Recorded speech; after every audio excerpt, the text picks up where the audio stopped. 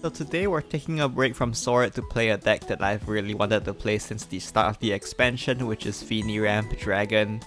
Personally, as a person who doesn't really like playing Dragon all that much, I think that Dragon is at its most fun when they have gimmicky decks like Fennie that just halves the cost of the cards in your deck at a ridiculous tempo loss. I just think it's more fun this way than whatever Bahamut Dragon or Buff Dragon turned out to be. So yeah, today we'll be playing Fennie Dragon. Initially, I was pretty hesitant to spend my vows on this deck since it's not very good. But the game decided to bless me with 3 copies of both Phylene and Fennie, so I have no excuse now. So today we're going to be playing some Fennie Dragon. So first, let's look at the deck we're playing for today. So this is the list we're playing for today. It's not an original list. This list comes from the Japanese Dragon player Hajimen. If you've played classic Shadowverse, you might also be familiar with him because he is frequently seen at the top of ranking leaderboards, so he definitely does play this game quite a lot and have a lot of experience. So yeah, I just borrowed his deck. I will link his channel in the description, so check it out for gameplay that is definitely better than mine because I don't know how to play this deck, but I just wanted to try. So this is the list we're playing for today. I can't go into detail about card choices obviously because it's not my list, so yeah, let's just look at some gameplay instead. Our first match here is against Rune and we are going second. I don't really want to go into detail about matchup because to be honest, the best matchup for this deck is the mirror. Every other deck is just harder to beat because I mean, Dragon's not considered the worst deck in the current meta for no reason. The mulligan is heavily matchup dependent in this case since we're going against Rune. I just look for Ramp and Fennie. Keep Call of the Mega Lorca because Dirt Rune is a thing now, so we have to keep in case they start going for early tempo. Just have a rush follower to deal with it. We do want to save this coin in case we draw one more ramp, then we can coin out Fennie. And my opponent passes turn 2, so this is probably not going to be a very dirt focus, so we can expect to play Spellboost instead. We do put the Twilight Dragon back in the deck, number 1 because we won't need it for a while, number 2 because we want to discount it with Fennie anyway. We have free reign to just play Dragon Sign here as my opponent just draws into their deck. This Witch's Brew, they probably top deck that, and they will increase their dirts even more, so they are playing a pretty slow game here, I guess. We'll go ahead and of course evolve Liu Fang here that we drew off the top. This will allow us to coin out Fennie next turn. And no matter what my opponent does, I'm just gonna coin out Fennie, no fear. The value you get from playing Fennie early is very good, so you should definitely try to land her whenever you can. Even at a bit of a tempo deficit. I mean, if you get her out this early, it's not much of a tempo deficit, I guess, but you can be a bit greedy because you have stuff like Neptune to heal up with. And then we have Call of the Mega Lorca, which will chain itself, so that's a pretty good effect as well. Anyway, here we'll just go ahead and evolve Fennie to get rid of the Burgent. While the evil point is valuable to save, it's probably not worth just taking 6 damage for no reason for it. My opponent does what Rune likes to do, which play with Norman on turn 7. I mean turn 6, but we just top that Twilight, so we just go ahead and nuke the entire board. And we evolve Twilight Dragon here. This one's a bit interesting because there is an argument. Hold on, let me pause here. There is an argument for playing Call of the Mega Lorca before super evolving Twilight Dragon here because you can get Call of the Mega Lorca out of the deck before you draw, which will give you a chance to draw better things, but in this case with like 3 PP floating, it's probably a decent chance that I can draw something better to play, so we just go ahead and super evolve it. As you can see, we pick up Fennie, so it's a very big high roll. This is our second Fennie, so our deck is super discounted now.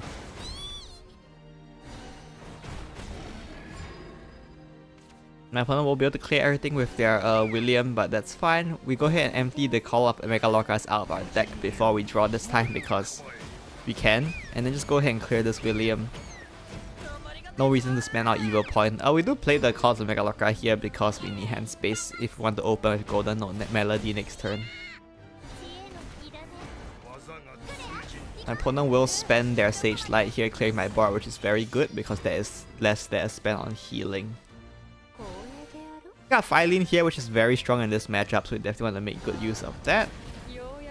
Suppose we go ahead and play mostly just to make hand space, honestly. We just play the Burnite and we get rid of the Apollo because Apollo is quite useless.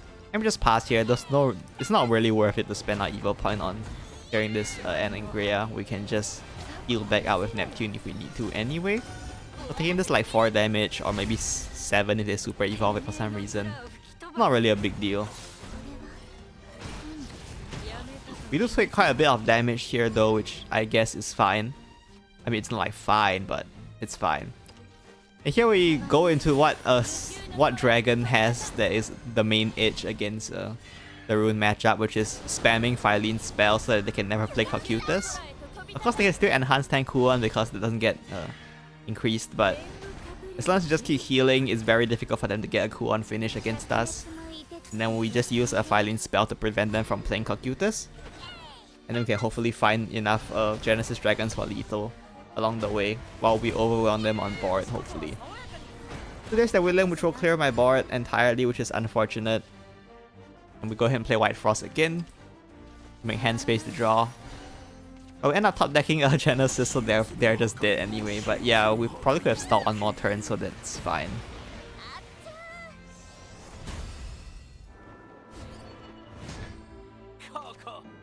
Our next match is against Portal. It's probably a good idea to keep at least one early game like Ruby or Call of the Megalorca in this matchup in case it's Puppet. But I just hard mulligan for ramp assuming it's Artifact because I don't know, I guess I have no fear. Even though I should have probably a bit.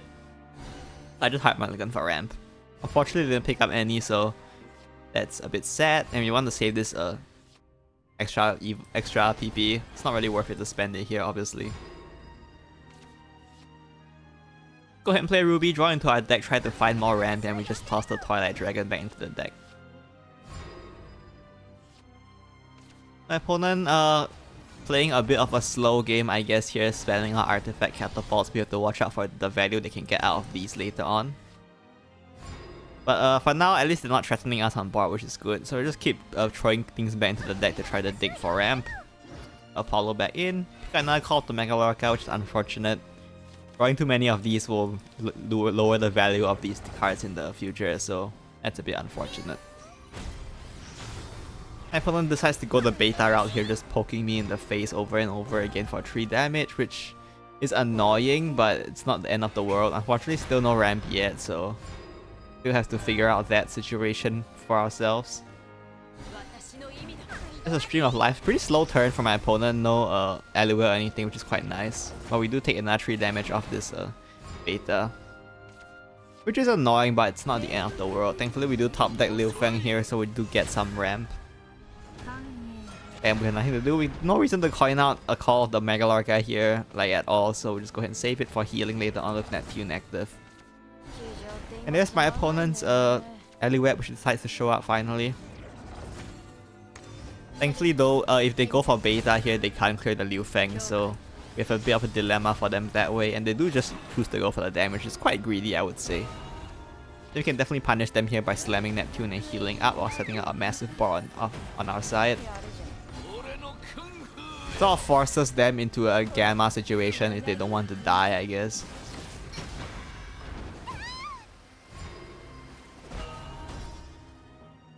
Okay, they just dropped Sylvia.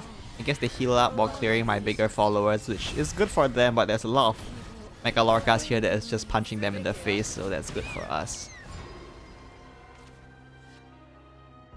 You do have Filene here. This is another very good strength of Filene, is denying your opponent's power plays. Against Portal, like, their turn 8 is obviously very strong, so denying their turn 8 followers is a very good play. We can set up for a Genesis next turn as well, depending on what my opponent does. Genesis, we can coin Genesis to Super Evolve next turn and kill them. We do have Sylvia, which heals them out of range if they Super Evolve, but for some reason they didn't Super Evolve. Honestly, even if they did Super Evolve it, I probably... What would I do if they Super Evolved it? I don't know, just Odin face, I guess. Maybe something like that. I mean, honestly, if they Super Evolved, I would have been in a bit more trouble here, but they would have been out of Super Evolve, which is a huge benefit for me if that's the case, so... Goes both ways, but anyway, since they didn't Super Evolve, I just have lethal here, so that's it for this game.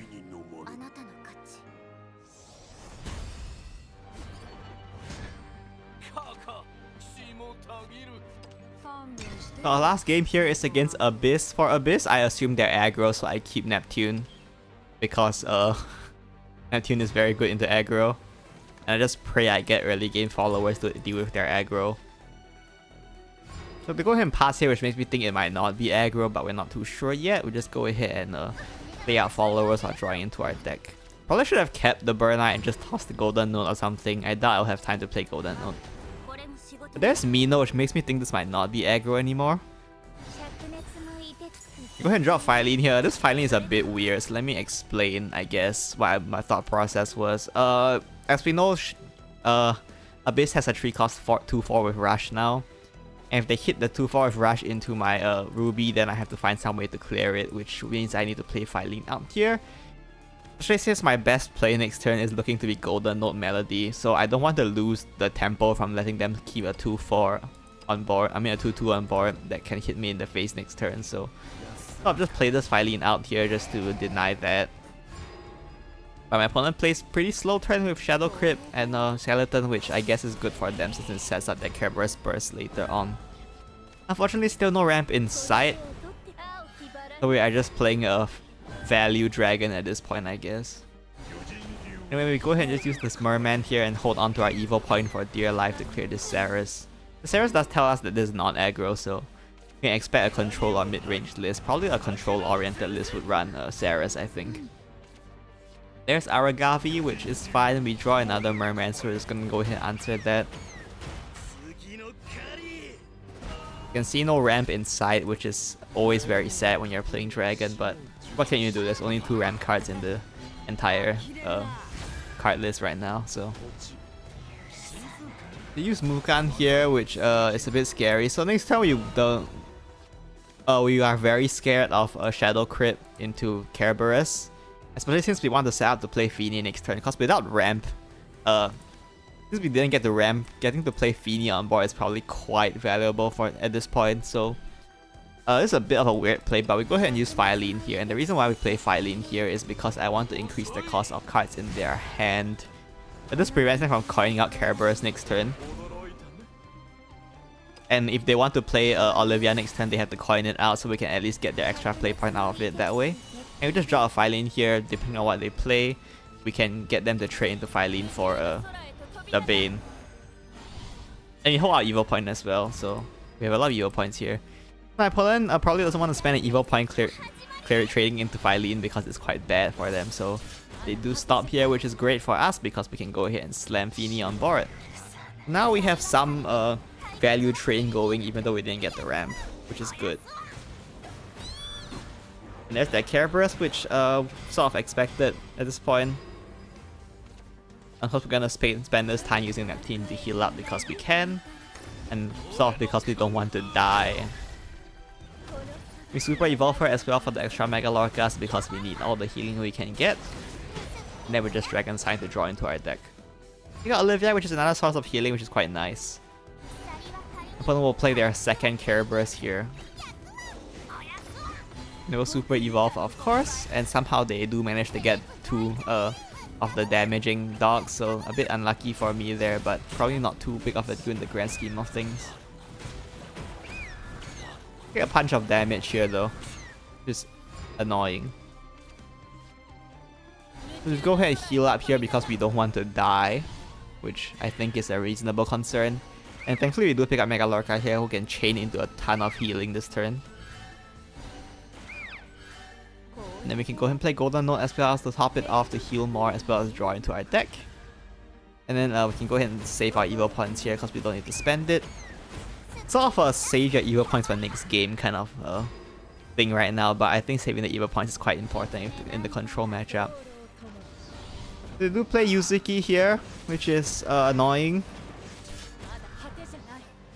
They do hide it behind a ward, but we do have Twilight Dragon to nuke it, so that's fine. And we of course don't spend the super evil here because we will definitely need it later on.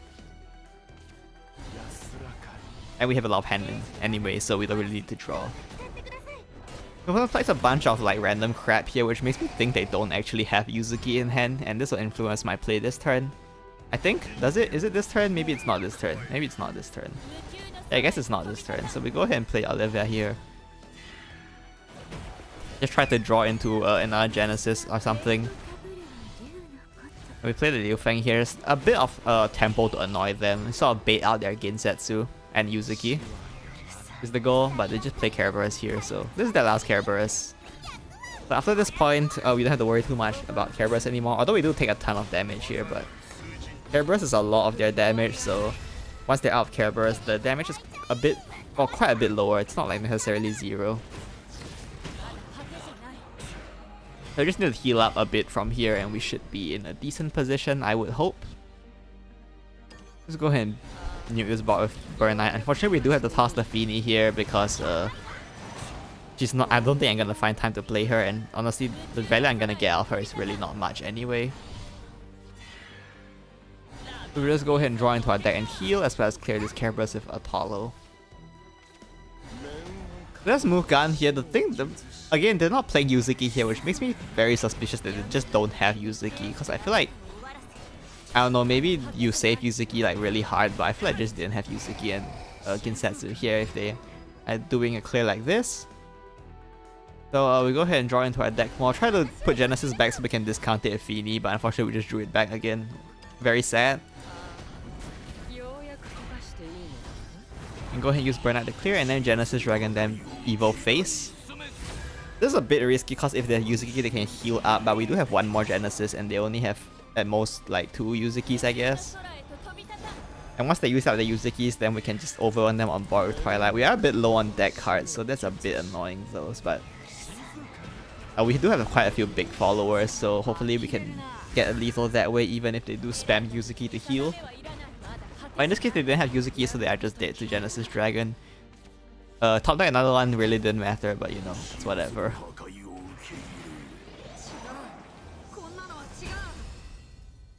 So those are all the games I have for you today. Hopefully you enjoyed it and it gave you some idea of how the deck works. Would I recommend you craft this deck? Probably not. As you can see, it's a bit on the expensive side with a bunch of legendaries in here. And for the amount of vows you spend, like this is probably like the worst like playable deck in the meta right now. Like every other class is probably more playable than this one. Not to say that this is unplayable garbage or anything. It's definitely still like able to like win games. Like I managed to maintain AA2 Diamond the entire time while I was playing this deck to get footage. Granted, I didn't play that many games, so maybe I just didn't get to D rank yet, but you know, not bad. I mean, I guess if you really like Dragon, you can probably play this and it'll be fine. But yeah, that's it for today. See you next time. Bye bye.